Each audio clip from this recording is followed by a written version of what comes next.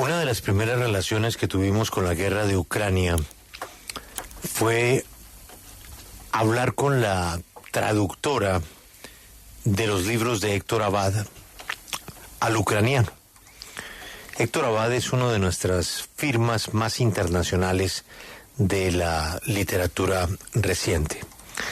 Y recuerdo perfectamente lo emocionante que era lo que hacían personas en un refugio, en una iglesia, que era escuchar la lectura de esta mujer que les leía textos que ella había traducido. Y recuerdo perfectamente que Héctor tuvo la gentileza de hablar con esa traductora en directo. Y en mi lejano recuerdo de esta guerra, pues me impactó esa entrevista tan especial. ¿Quién iba a pensar que mucho tiempo después Héctor Abad volvería a Ucrania en el marco de una feria del libro? Héctor además es columnista permanente, es decir que la fotografía, la crónica de la realidad también está en su pluma, además de sus libros. Pues estaba allí con una compañera nuestra que es una extraordinaria corresponsal de guerra, Catalina Gómez, y estaba con Sergio Jaramillo, quien fuera alto comisionado de paz. Se encontraban en Kramatorsk. Estaban en un restaurante, punto de encuentro de nacionales e internacionales, punto de encuentro en un sitio 100% visitado por civiles, es decir, muy lejana la probabilidad de que fueran un objetivo militar. Estando charlando, vino el impacto al sitio, y por esas cosas de la vida, tanto Héctor, Catalina, como Sergio se salvaron. En esa misma mesa estaba una compañera de ellos, una escritora, Victoria Amelina, muy conocida, muy premiada. Y el destino es así, lleno de trampas perversas, que a lo mejor Héctor en ese momento movió la cabeza, se agachó, que Sergio estaba en un sitio distinto, que Catalina pues también estaba en otro extremo, y la víctima fue Victoria, y dio su batalla en medio de la vida y la muerte hasta las últimas horas y murió. Y desde entonces he pensado mucho en ellos, y en Héctor, que desde entonces, me cuentan personas cercanas a él, pues no se recupera de recordar y pensar otra vez que la vida es un momentico, que la vida puede ser una fracción de segundos. Aunque por supuesto celebramos su vida, celebramos que esté bien, pues hoy hemos pensado en él, en Catalina y en Sergio, porque su compañera de tertulia murió. Héctor, gracias por atendernos, bienvenido a la W. Gracias Julio por sus palabras, y bueno, aquí estamos para recordar a la pobre Victoria. Victoria queda mal herida, pero pues yo no he entrado en los detalles. Me imagino que viene una tremenda explosión, caen vidrios de todos lados, y ahí es donde ella termina con una lesión en el cráneo. Sí, bueno, no, yo a ella la había conocido 2 días antes en Kiev, yo antes no la conocía. Sergio Jaramillo sí la conocía porque ella había estado en el Hey Festival en enero en Cartagena. Yo a este no me habían invitado. Y ella no iba a ir a Kramatorsk con nosotros, eso es parte de ese destino del que usted hablaba. Pero comiendo el domingo con Sergio y con Catalina y conmigo, se entusiasmó tanto con estos latinoamericanos que habían ido a Kiev a presentar esa campaña de Aguanta Ucrania. Y dijo, yo los acompaño.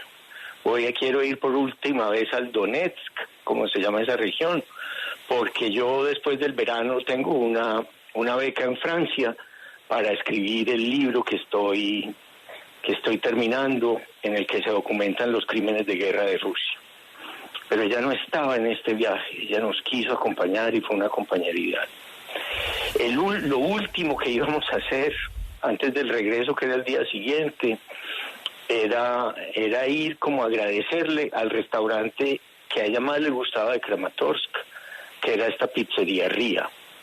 Habíamos estado entrevistando soldados, oficiales, pero en esa pizzería nos sentíamos como más seguros, porque pues ahí había soldados, claro, soldados en día de descanso o algo así, con la novia, con la esposa, pero había sobre todo gente de ahí, de la ciudad, familias, niños. Entre las víctimas hay 2 mellizas de 14 años, hay gente vieja, joven, y estábamos ahí muy tranquilos, sí. Cuando cayó el misil ruso, Victoria me estaba diciendo que como allá hay ley seca, no se puede tomar trago, ella pidió una cerveza sin alcohol, y a mí Sergio me sirvió en un vaso con hielo algo como que se parecía a jugo de manzana, y ella dijo, parece whisky, y en ese momento, ella me lo dijo en inglés, it looks like whiskey. Nosotros hablábamos en inglés, sonrió, y en ese momento pues nos cayó del cielo el infierno de Putin, del que ya ella no va a salir, del que ya no salió, no la pudieron salvar en estos días, y que nos va a acompañar a nosotros el resto de la vida que nos quede. Maestro, la muerte para usted no es lejana, y tal vez con un episodio que lo conocemos porque usted lo hizo público y pertenece pues a uno de los textos más bellos que se hayan podido escribir. A usted le tocó ir a recoger, prácticamente a despedir a su padre víctima de un atentado. O sea que usted la muerte la ha tenido cerca de su alma. Aquí no estaba con su padre, estaba con una colega, con una amiga, con unos amigos, pero sigue siendo la muerte, Héctor. Y eso de la muerte tan cerca, pues no es algo que estemos acostumbrados a lo que nos podamos habituar. Pero, ¿qué es lo que se siente, Héctor, cuando la muerte está ahí, a unos centímetros de uno? Pues yo soy muy cobarde, yo mismo no quería ir a Kramatorsk. Fueron Julio y Victoria, que son mucho más valientes, que nosotros íbamos a volver el lunes por Polonia. Ellos dijeron, no, es que hay que conocer la guerra un poco más de cerca, porque en Kiev no se siente tanto, se sienten las sirenas de alarma de ataque aéreo, pero uno casi nunca la ve, porque ahora logran tumbar casi todos los misiles que mandan. Y yo sacaba disculpas, pero ellos me sacaban soluciones, y todo parecía pues como bien. Pero yo no quería, precisamente porque no tengo ningún interés en acercarme a la muerte, y porque soy muy cobarde y soy pacifista y todo lo que usted quiera. Pero sí, la muerte me ha coqueteado, y no sé, en el último momento me ha sacado el cuerpo. He tenido suerte, yo no sé por qué estoy vivo, y la pobre Victoria Melina, que estaba frente a mí, está muerta, casi como si se hubiera interpuesto entre la metralla, entre las esquirlas y nosotros. Sergio, Catalina y yo prácticamente no tenemos nada, pues, o pequeñas heridas. Sergio, Catalina y yo nada. Eso es azaroso. Lo que no es azaroso, Julio, es el misil, porque ya ahora que tengo un poquito de cabeza, me he dedicado a tratar de entender qué era. Es un misil balístico Iskander, cuesta $3 millones, es altamente preciso, su margen de error en el blanco no supera los 5 metros a la redonda, aunque lo mandes desde cientos de kilómetros de distancia. Es decir, ellos usaron algo muy caro, con mucha puntería, para destrozar un objetivo civil, un restaurante, una pizzería donde acababa yo de pedir una 4 formaggi. Pero ahí, en esa ciudad que antes tenía 200.000 habitantes y ahora tiene solo 80.000, van sobre todo familias, van también soldados con la novia, con la esposa, porque están en día de descanso, pero eso no lo hace un objetivo militar. Rusia mintió una y otra vez, dijo que ahí había una guarnición militar, o no sé con qué término la definieron. Eso es mentira. En el segundo piso había generales rusos, no había ni siquiera segundo piso. quedó completamente destrozada. Hay, bueno, hay 13 muertos civiles, la última es Victoria, y 60 heridos serios. Entonces, y Victoria se dedicaba a lo que estaba dedicada, era a reunir testimonios y pruebas de crímenes de guerra de la invasión rusa. Pero ella ya no va a poder escribir sobre este testimonio, sobre este último crimen de guerra que la mató a ella. Yo siento el deber, la obligación de dar el testimonio del crimen de guerra que mató a Victoria Amelina, por la que hoy tanta gente en Ucrania está llorando. Maestro, aquí hablamos con la vocera del Kremlin desde el Ministerio de Exteriores, a quien le reclamamos por esta acción. Una mujer muy poderosa en Moscú, la señora Zarajova. Y hablamos esta mañana con tal vez el periodista más famoso del régimen, el señor Popov. Es diputado del partido Rusia Unida y presentador de 60 Minutes, de 60 minutos en la versión local rusa. Ellos dicen lo que nos dijo esa señora, que es ni más ni menos que la embajadora portavoz del canciller ruso, que fue una imprudencia haber ido a ese restaurante, como si uno tuviera que pedir una lista de qué pizzerías puede ir que no son objetivo militar en un sitio donde van solo civiles, donde murieron 2 hermanas menores. Entonces, ellos lo que insisten es que ese es un centro de reunión y refugio de mercenarios y de militares y de conspiradores contra el régimen ruso. Por eso yo quisiera volver a la fotografía de lo que usted vio cuando llegó, si es que la recuerda. ¿Usted vio ahí un centro de conspiración de unos militares? ¿Usted vio unos mercenarios? ¿Usted vio gente que pudiera ser objetivo militar? Yo puedo reconstruir muy bien esos últimos minutos. Nosotros veníamos del campo donde habíamos entrevistado a un soldado ucraniano, que era precisamente amigo de Victoria. Le quería Catalina llevarla al restaurante favorito de ella en Kramatorsk, que era la pizzería Ría. Llegamos ahí más o menos a las 7:15 de la noche. Teníamos que más o menos apurarnos porque hay toque de queda, y más o menos a las 8:15 lo empiezan a echar a uno de los restaurantes. Al llegar tuvimos la suerte inmensa de que nos dieran una mesa en la terraza y no adentro, porque toda la gente que estaba adentro o quedó muy mal herida o quedó muerta. Al llegar ahí, nos sentamos, yo entré y fui al baño, como suele suceder a la gente de mi edad, unos minutos antes. Vi, sí, mucha gente, muchos civiles. Como le digo, también había soldados. No hay ningún lugar en Kramatorsk, e inclusive en Kiev o en todas las ciudades a donde vimos. Es un país en guerra. No hay ningún sitio, un café, una bomba de gasolina, un restaurante, una iglesia, lo que usted quiera. En todas partes, en un país en guerra, hay soldados. Ahí también había soldados, pero eran soldados que no estaban entre ellos, no eran soldados juntos, eran soldados con la novia, con la esposa, con la familia, no eran militares de alto rango. Yo no reconozco las insignias, pero por la edad eran gente muy joven, eran muchachos. Yo sé que no hay generales ni coroneles de 30 años, y estos tenían, digo yo, entre 25 y 35 años la mayoría de los soldados que yo vi ahí.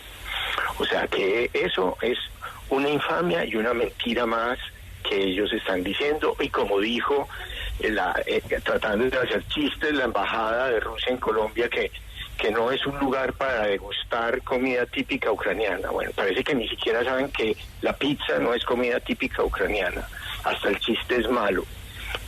Yo averigüé, porque yo no me había fijado bien si ese restaurante podía tener un segundo piso y en ese segundo piso pudieran estar generales o gente del ejército.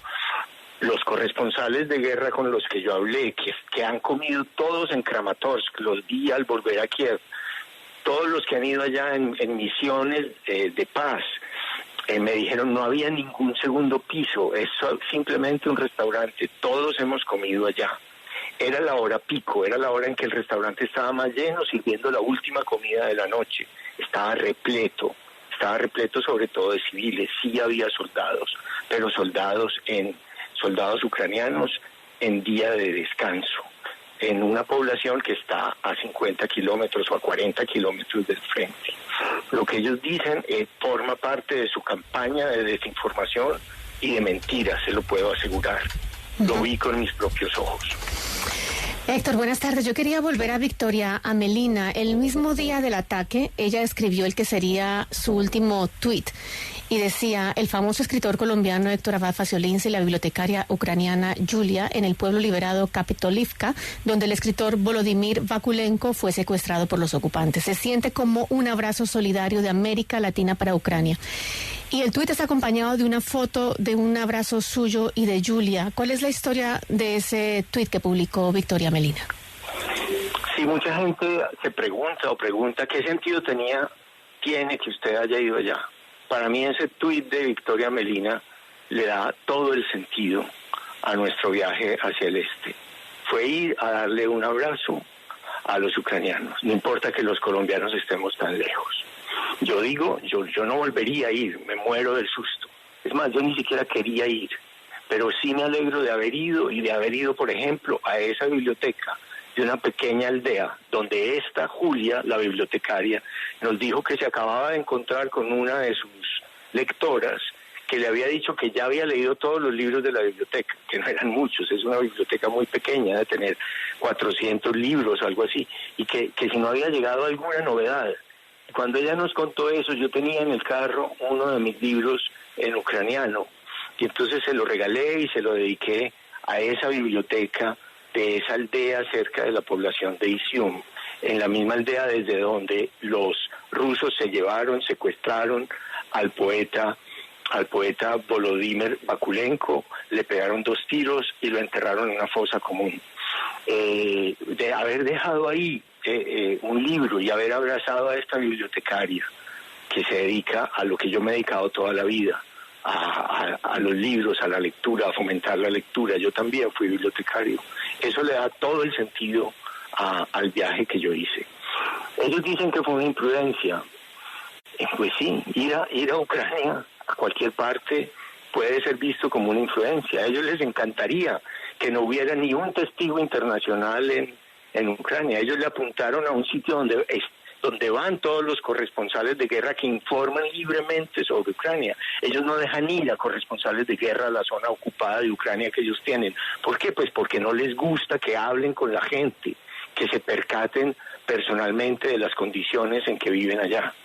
Entonces, en el pequeño hotelito de Kramatorsk donde nosotros vivíamos había unos belgas y unos holandeses y una fotógrafa inglesa. Todos ellos estaban comiendo en ese mismo restaurante y nos los encontramos en el hotel cuando volvimos después de ir al hospital a averiguar por Victoria. Algunos tenían pequeñas heridas, otros no tenían nada.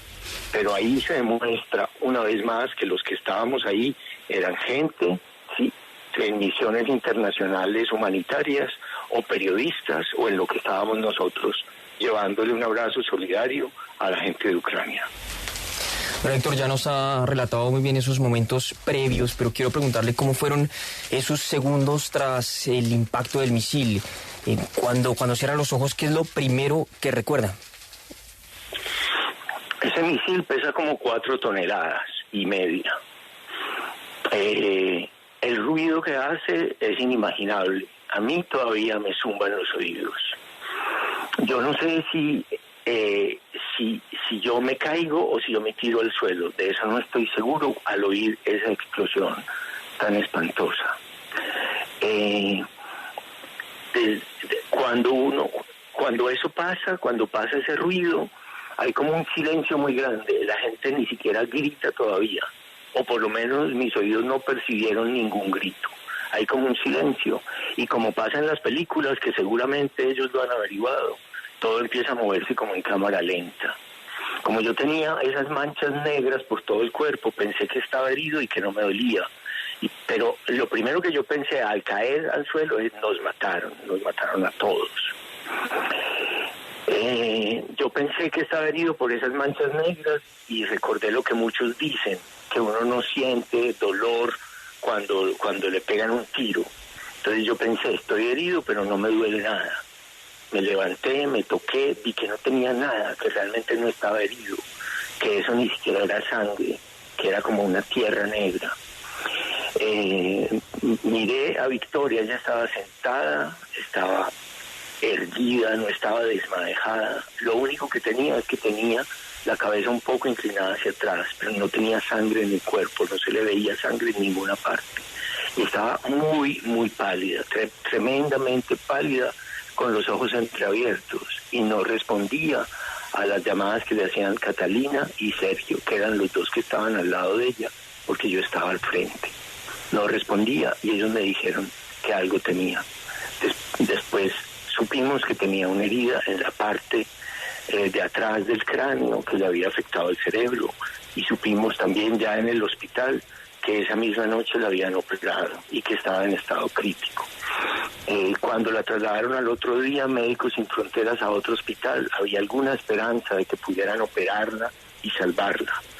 Y esa fue la esperanza que nos mantuvo los días siguientes.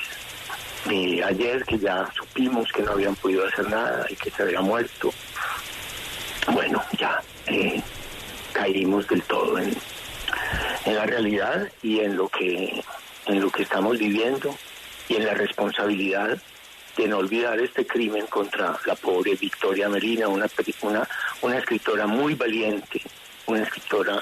Estoy leyendo el libro de ella que se llama Un hogar para Don, es un libro precioso. Una persona valiente que abandonó la ficción y estaba dedicada a escribir no ficción, a documentar los crímenes de guerra. No va a poder documentar el suyo.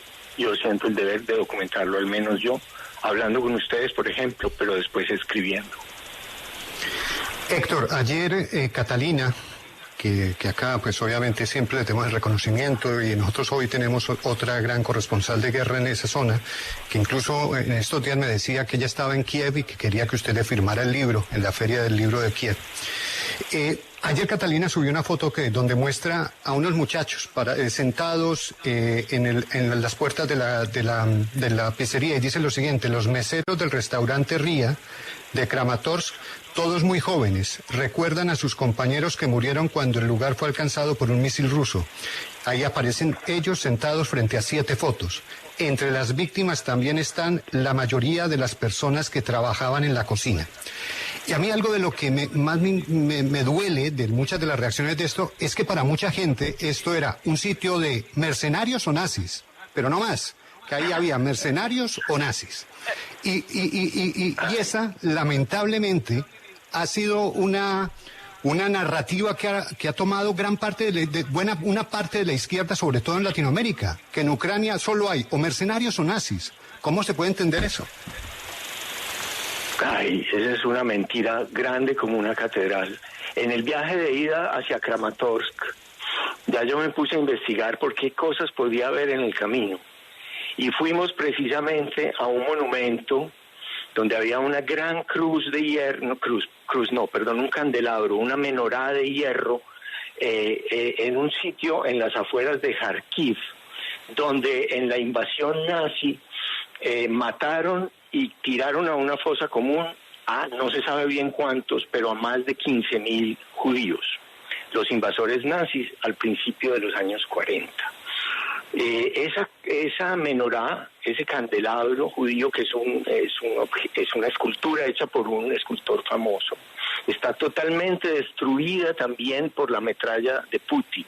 Es decir, los nuevos invasores que entraron y que todavía insisten en que invadieron Ucrania para desnazificarla, en su oficio de desnazificación destruyen incluso los monumentos de recuerdo del holocausto, de la invasión nazi. Es increíble que esa retórica haya penetrado en la izquierda. Hay gente de una ignorancia tal que porque cree que Putin era un espía de la Unión Soviética, entonces creen que Putin es un hombre de izquierda. Es un tirano de extrema derecha. y por eso le simpatizaba tanto con él gente como Bolsonaro, gente como Berlusconi y gente como Trump. Es todo lo contrario de lo que cualquier ideal de izquierda pacifista o justiciero o algo que tenga algún mérito realmente digno de la izquierda es completo. Este señor se parece sí mucho. Ningún líder, me parece a mí, del siglo XXI tiene tanto parecido con el déspota alemán como el señor Putin. Es todo lo contrario. Maestro, yo estoy muy conmovido con su testimonio. Estoy seguro que el riesgo de morir fue inminente. De manera que comparto su tesis sobre la cobardía y sobre la muerte. Esperamos los colombianos, con motivo de esta terrible experiencia, un gran libro sobre la muerte y sobre lo que significó Victoria Amelina. Pues yo no sé si un gran libro, pero sí un libro escrito muy sinceramente, con toda la precisión y exactitud que yo sea capaz, con las mejores palabras que yo pueda encontrar. Yo creo que la literatura, la escritura, es una herramienta de exactitud, es un instrumento de precisión, pero no de muerte como los misiles de precisión, sino un instrumento para encontrar las palabras justas que puedan describir algo bonito o algo horrible, en este caso que puedan describir el horror de esta guerra, pero no de esta guerra a secas, no es esto de yo soy pacifista y estoy contra la guerra, así, en abstracto, contra una invasión de una potencia mucho más poderosa, mucho más fuerte, de una potencia nuclear contra un país más chiquito que dicen que ni siquiera existe. Yo voy a tratar de escribirlo lo mejor que pueda, no puedo asegurar nada, pero lo mejor que pueda sí lo voy a hacer. Sí, maestro Héctor Abad, yo quisiera saber qué sigue para usted, para Aguanta Colombia, y este intento para que Latinoamérica tenga, mejor dicho, para que Ucrania tenga el soporte de Latinoamérica y de gobiernos como el de Colombia, en donde en el comunicado que emitió se refiere a la guerra como la guerra rusa-ucraniana en lugar de la invasión de Rusia en Ucrania. Sí, hay algo raro en algunos gobiernos de América Latina. Antes de derecha, Bolsonaro era cercano a Putin, y ahora de izquierda, Lula tiene una posición neutral. Andrés Manuel López Obrador tampoco condena completamente a esto. Hay una tradición en la izquierda latinoamericana de desconfianza y de odio hacia los Estados Unidos, comprensible por motivos históricos, pero eso no nos puede llevar a no reconocer claramente dónde está el culpable. Es muy distinto un país que invade a un país invadido. Eso no se sostiene desde el punto de vista del derecho internacional nunca. Yo creo que los gobiernos como el de Colombia, el de Brasil, el de México, en parte el de Argentina, tienen que decidir si quieren ponerse del lado de qué lado de la historia y de qué lado de la ética y de la justicia internacional, si quieren estar al lado de gobiernos como el de Nicaragua, que es el mayor aliado de Putin en América Latina, y ahí ya eso dice mucho de quiénes son sus aliados, o al lado de Venezuela o al lado de Cuba, que son sus otros amigos, o si quieren más bien estar con los países que defienden la libertad, la posibilidad de que nosotros estemos hablando aquí libremente en este momento, o si quieren apoyar a una persona que no admite ninguna opinión en contrario, que los disidentes están en la cárcel o envenenados. Hay que decidirse. No podemos ser neutrales. En la búsqueda de esa luz que se necesita para tomar una posición, en ese recorrido que ustedes hicieron por Ucrania, ¿encontró, maestro Héctor Abad, alguna persona que señalara lo que dice Rusia y sus medios y su propaganda de que el gobierno ucraniano era responsable de actos nazis e incluso de una especie de exterminio que se venía adelantando en el oriente de ese país? No, nunca oí testimonios de ese tipo. Tampoco creo que Ucrania no cometa también actos muy difíciles de defender. Es un país en guerra. Cuando los aliados lucharon contra Hitler, el bombardeo de Dresden es inaceptable, pero eso no quiere decir que los aliados no tuvieran razón. Human Rights Watch acaba de decir que Ucrania ha usado minas, quiebrapatas, minas en las tierras que no están permitidas por el derecho internacional. A lo mejor eso es cierto. Yo tampoco voy a decir que Ucrania durante esta guerra nunca haya cometido actos repudiables, pero eso no quiere decir que ellos estén en el bando equivocado de la historia.